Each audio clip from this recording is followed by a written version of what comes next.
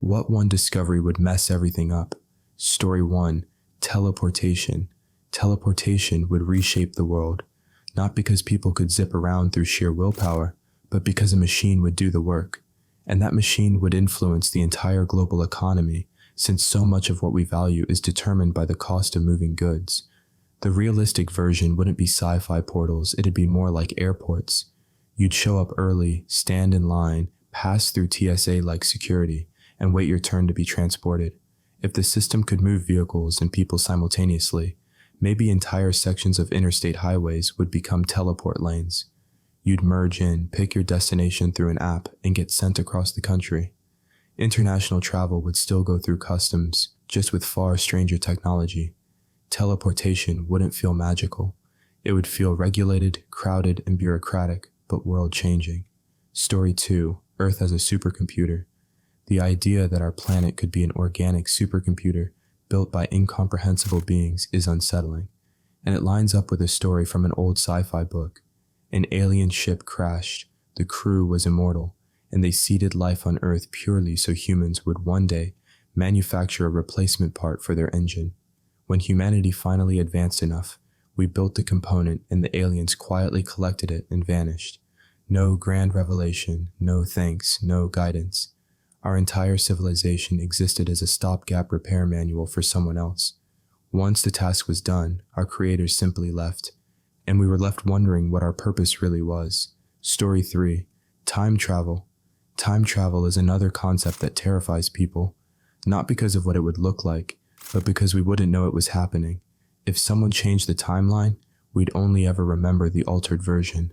The present we're living in could be the 10th or 1000th revision, and we'd never detect a single edit. Story 4. The past already changed. Here's the really unnerving theory. If time travel exists, then the altered past is already the one we remember. Any modification that someone made, even major ones, would simply be our recorded history. Maybe the original version of 9/11 involved the Capitol or the White House being destroyed. Maybe Flight 93, mysteriously crashing in Pennsylvania, was actually the rewritten outcome of someone intervening in the timeline. If time travel ever happened, we're already living inside its effects. Story 5. The last number.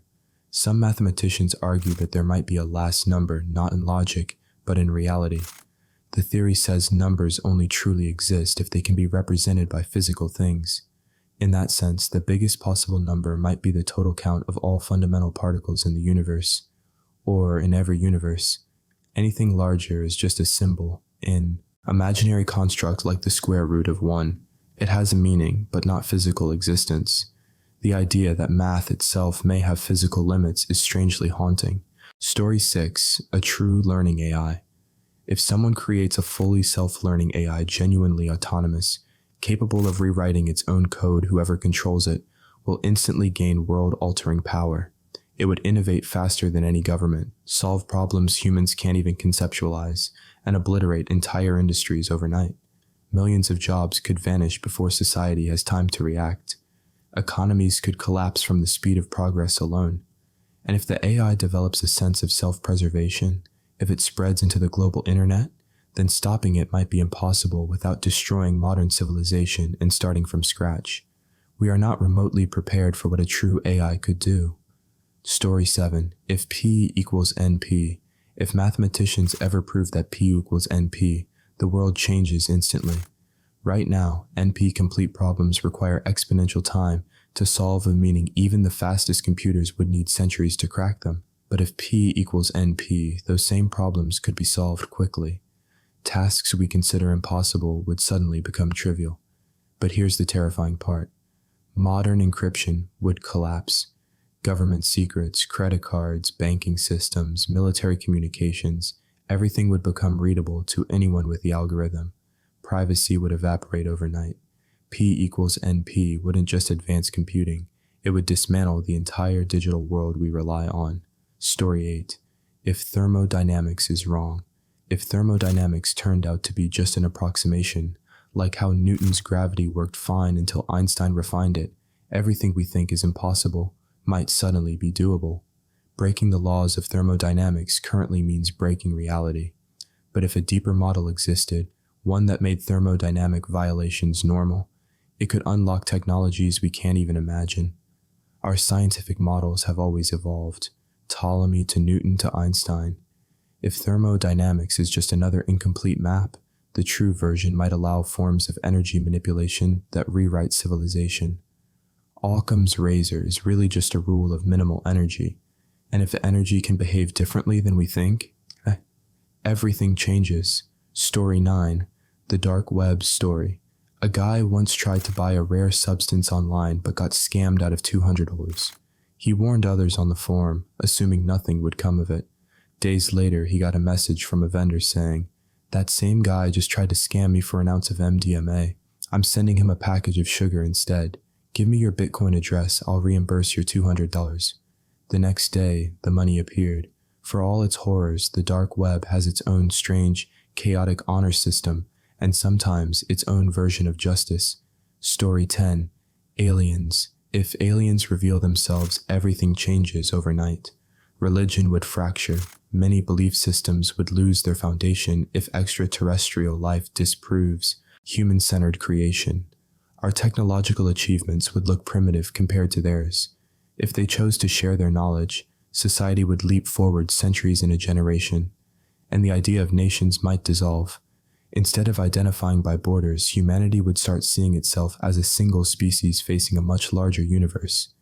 We'd go from Americans versus Europeans versus Asians to Earthlings. The discovery would unify us or completely destabilize us. Story 11, it seems relevant to this thread to inform everyone that in 1994, the invention of the year went to the widget in a can of Guinness that helped carbonate a Guinness only when you opened it. Second place was the internet. Sometimes the world doesn't care because they don't really understand. Okay, but the Guinness widget is really neat though. It doesn't actually carbonate the Guinness, it nitrogenates or whatever the thing. Because Guinness isn't carbonated, it uses nitrogen for its bubbles. That's why it's so much smoother unless I have consumed a great deal of volatile gas. But you can't get the nitrogen to hang out in the drink like you can with carbonation, so they had to invent the widget. When you open your can or drink, it rapidly releases nitrogen into the drink as if it were being poured by a bartender. It's really advanced for, a can of beer. Just saying. I can't really drink other beers or ciders because of the carbonation, so Guinness is great to have, and prior to the widget you couldn't really get a good pint outside of a bar. And not every bar will go to the trouble to run nitrogen just for Guinness either. The internet is pretty cool too. Story 12, not a scientist but a student here. Central pattern generators. Neuroscientists figured out that our spine can generate rhythmic movement patterns, such as walking, without brain involvement. This is currently being explored for treatment options for spinal cord injury. A local researcher with a lab dedicated to this came to my neuroscience class last semester and did a guest lecture on it. He thinks we're within 20 years of people paralyzed from SCI being able to walk again with an electric implant. I think about this at least once a week and have never heard this mentioned by non-neuroscience people. Story 13, Eastern Bloc nations, Georgia in particular, have been using bacteriophages to battle bacteria infections for many decades, while the West focused on developing antibiotics. You can get bacteriophage treatment in the US when they've tried everything else and you've somehow managed to survive it. Seems the drug companies have a hard time figuring out how to make money on the treatment, so it gets pushed to the very thin edge margin of medicine. Update. Bacteriophages are used as a matter of course in genetic research. I've specified and used them myself. This is not that. Historically, the technique is to find a naturally occurring, mutated phage that will attack the specific bacteria in question. In the US, the overriding concern has been the potential of Shiga toxin, or similar, producing genes present in the phage.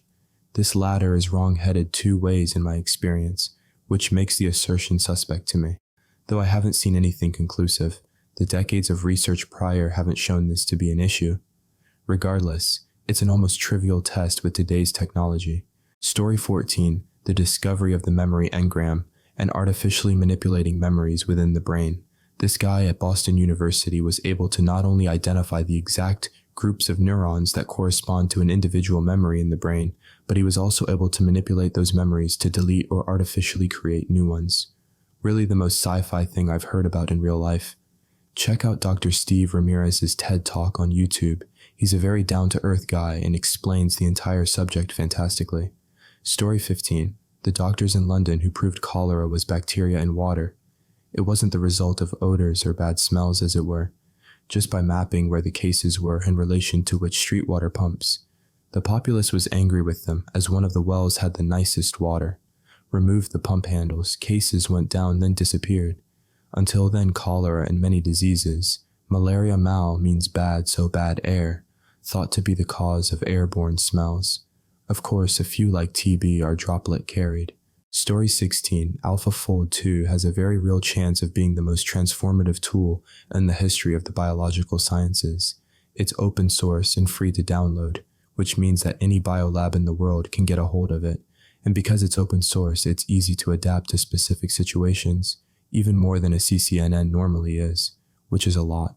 The research currently being done with AlphaFold's help will shape the entire human experience, for decades, at least, and it's comparatively brand new, but a lot of people are yelling at the top of their lungs about AI in the abstract in both directions, and actual developments get drowned out by the vitriol. It feels surreal to know that we may have hit on something comparable in terms of influence on human society to the invention of the clay-fired brick, and no one seems to notice. Story 17, GLP-1s.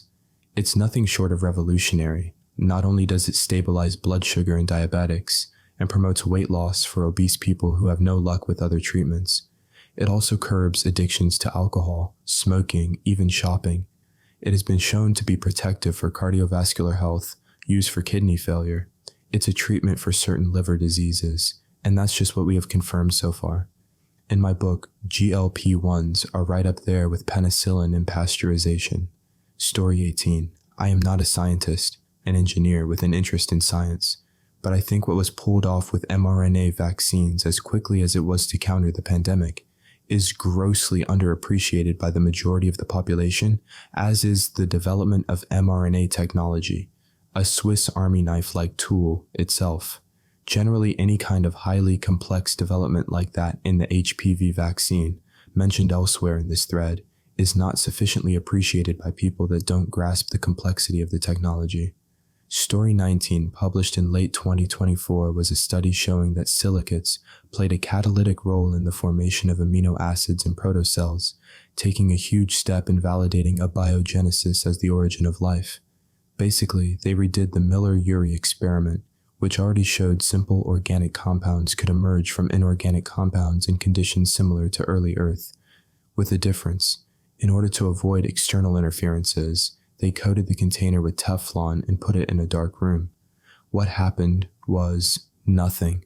No reaction occurred, no new compounds were formed, contrary to the original experiment. Since the container in the original experiment was glass, they decided to add a few silicate pellets in their container and redo the experiment. Story 20.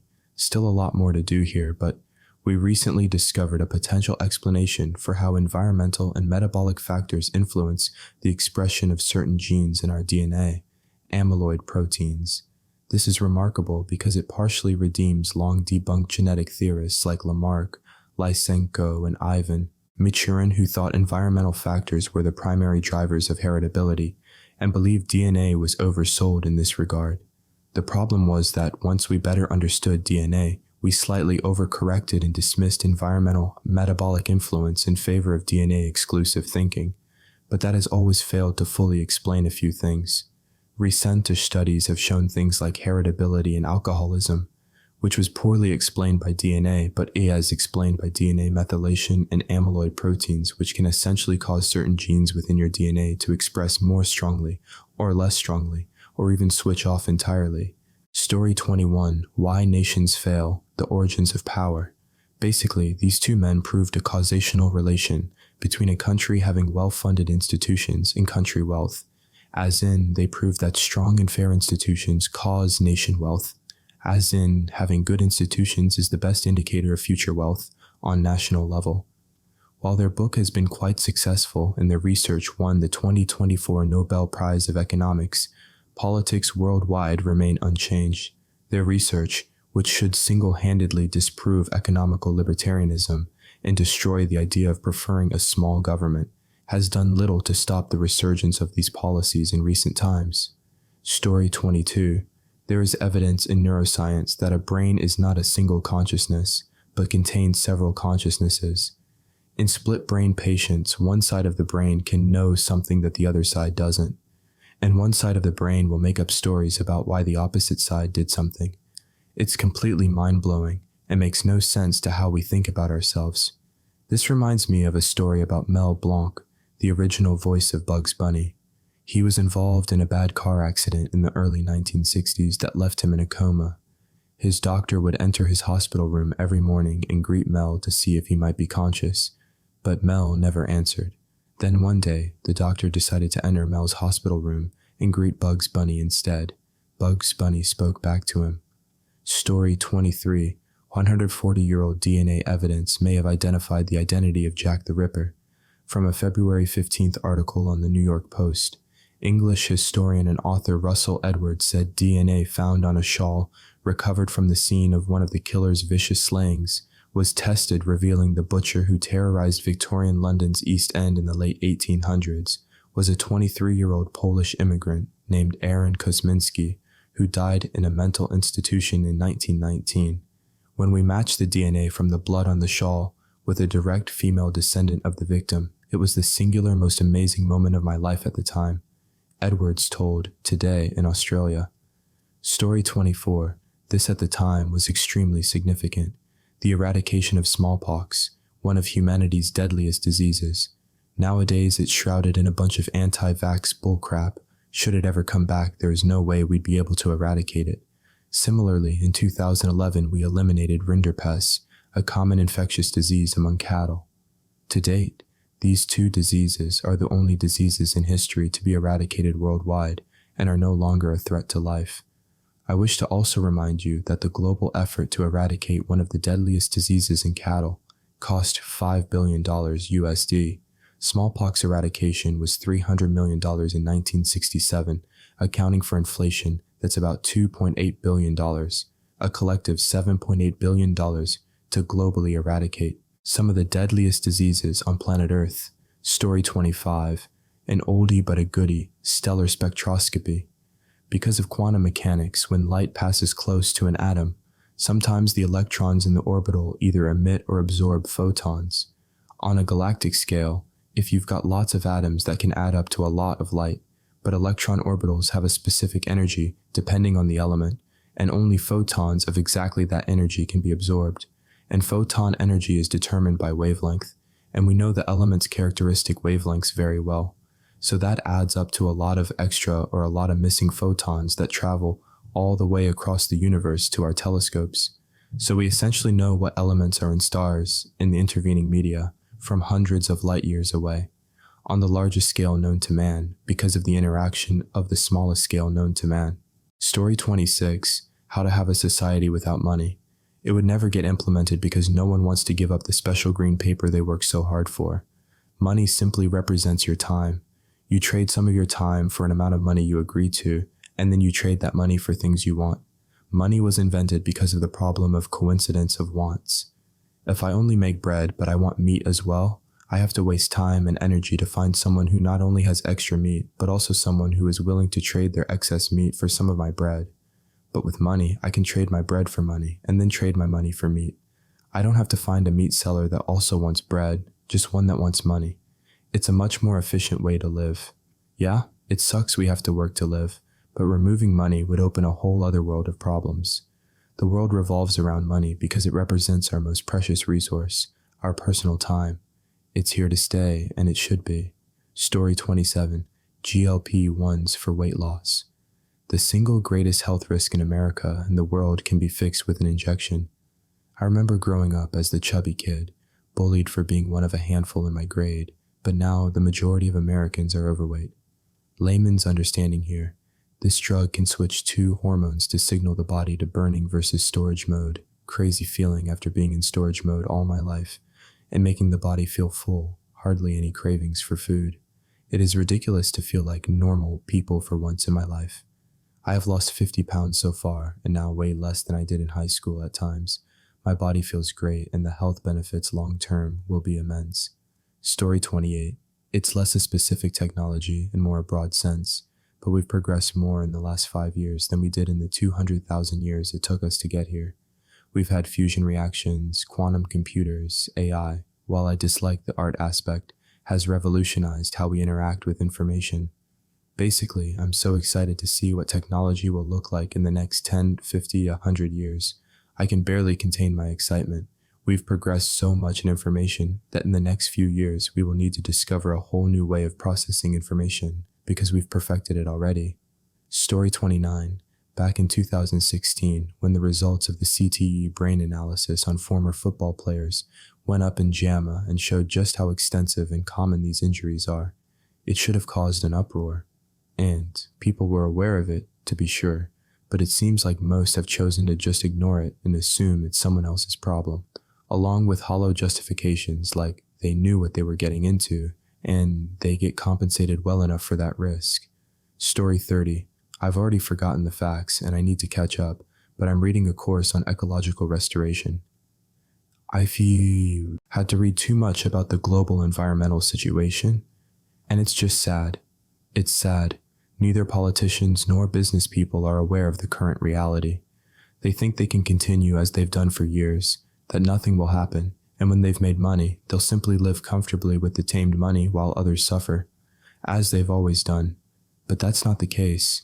If no one does something, and I'm talking about those who run the world in one way or another, our species will become extinct, not as Hollywood shows, which will be sudden, but due to the simple exhaustion and fatigue of our species. Fewer children, less intelligence, more diseases, shorter life expectancy. The simple exhaustion of our species until it becomes unsustainable.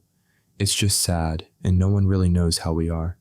Well, understanding it is complicated, and those who can do something don't want to. Story 31, Lipitor and other similar statins.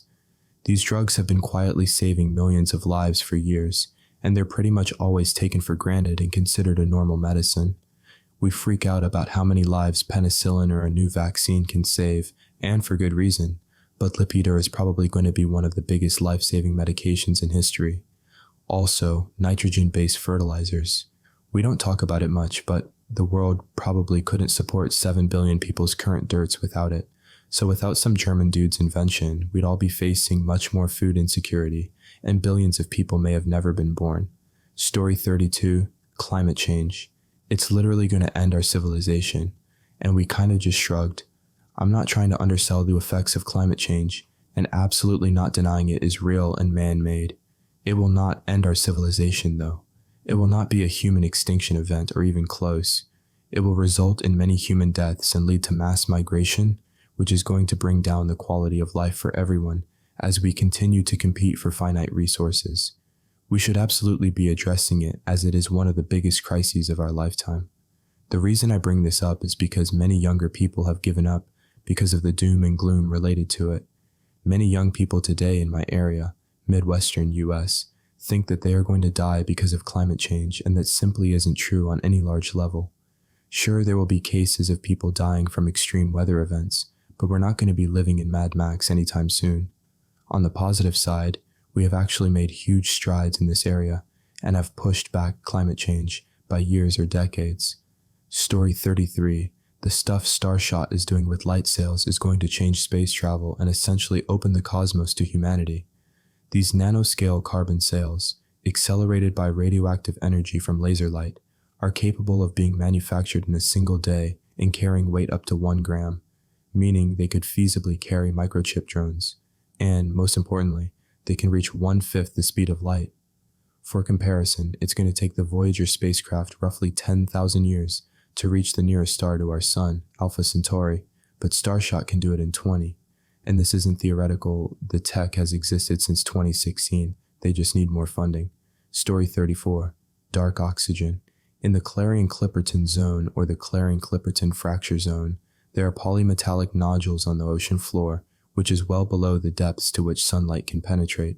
The nodules are slowly constructed over time by metals which are present in the oceans that come from the rocks surrounding the water. The metals exit the water via redox oscillation and slowly create layers to form the polymetallic nodules. These nodules contain manganese, nickel, copper, and cobalt, and are able to create free oxygen from the seawater by what is thought to be seawater hydrolysis without sunlight. Story 35. Electrical impulse and heat shock ameliorate insulin resistance.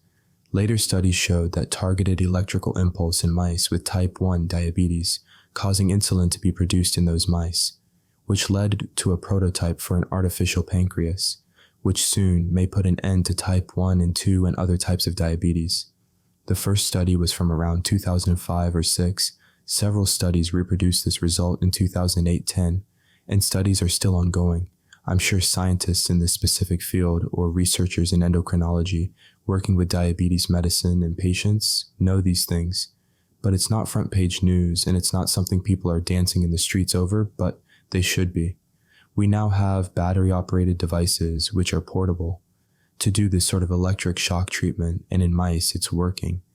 It's been known for a long time that medically applied low electric currents can be used to target specific organs or cells to change their structures or behaviors without harming the test subjects. Frankenstein 2.0? No. Real medicine designed to help real people.